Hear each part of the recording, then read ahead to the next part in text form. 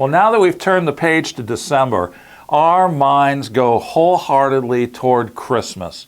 And over the next 4 times that we get together, I just want to focus our attention on what matters the most about this particular season.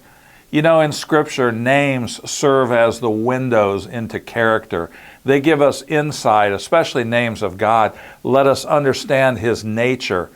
And when it comes to Jesus, obviously His name is Jesus, Yeshua.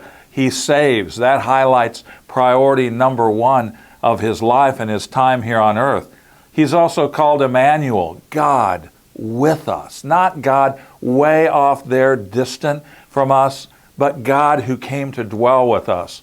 But in Isaiah chapter 9, verse 6, there are 4 other names that are applied to Jesus. And we don't think of these very often. And especially when you picture Him as the little bitty baby there in the borrowed feed trough in the stable in Bethlehem. But these 4 names give us great insight into His mission and priorities. Isaiah chapter 9, verse 6, this book written to the southern kingdom of Judah, it's a tough time. There are tough words in this book, and yet there's also hope that comes through the future Messiah, Jesus Christ. Isaiah 9:6 says, "For to us a child is born, to us a son is given, and the government shall be upon His shoulder, and His name shall be called Wonderful Counselor, Mighty God, Everlasting Father, Prince of Peace." Over the next few weeks as we get together, I want to just make a few comments on each of these descriptions of Jesus. Their titles, yes, royal titles, official designations, but they're also windows into His character and what He values most. And today, I want you to think about Jesus as our wonderful counselor. Even this season of the year makes us in need of wisdom. I don't know about you, but often this season of year causes me to slow down. I get a little bit more introspective than normal. I think about relationships that I wish were a little different than they are. I think that's a healthy process as long as it's correction and not some kind of self-condemnation. We think about priorities.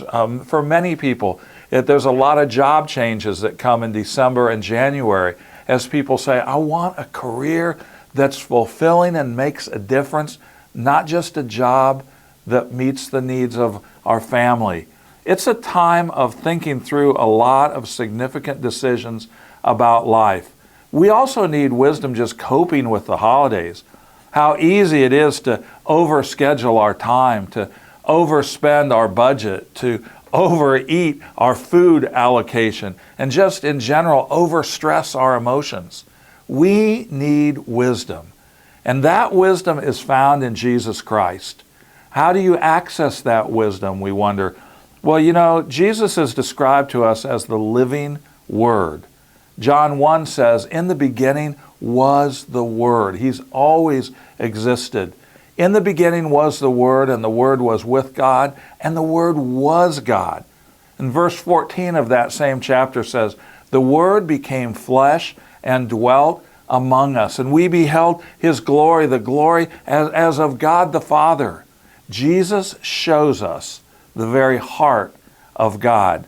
And as you think about that means that this living Word, Jesus, He helps us to understand this written Word. In fact, when Jesus was struggling with a decision, when Jesus was faced with just difficulties, even direct conflict with Satan, He turned to this book, the portion of it that He had. We call it the Old Testament, the Hebrew Scriptures.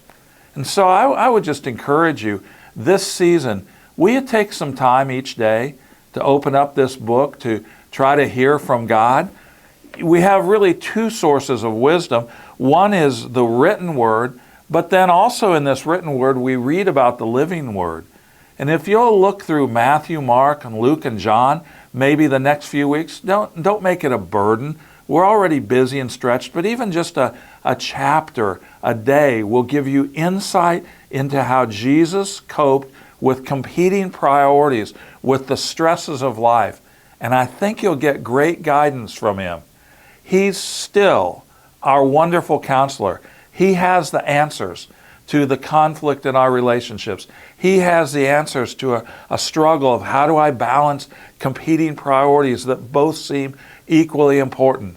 Sometimes I just don't know what to do, and I'm so thankful that this Christmas, part of our celebration focuses on Jesus, our wonderful counselor. He's not just a source of wisdom.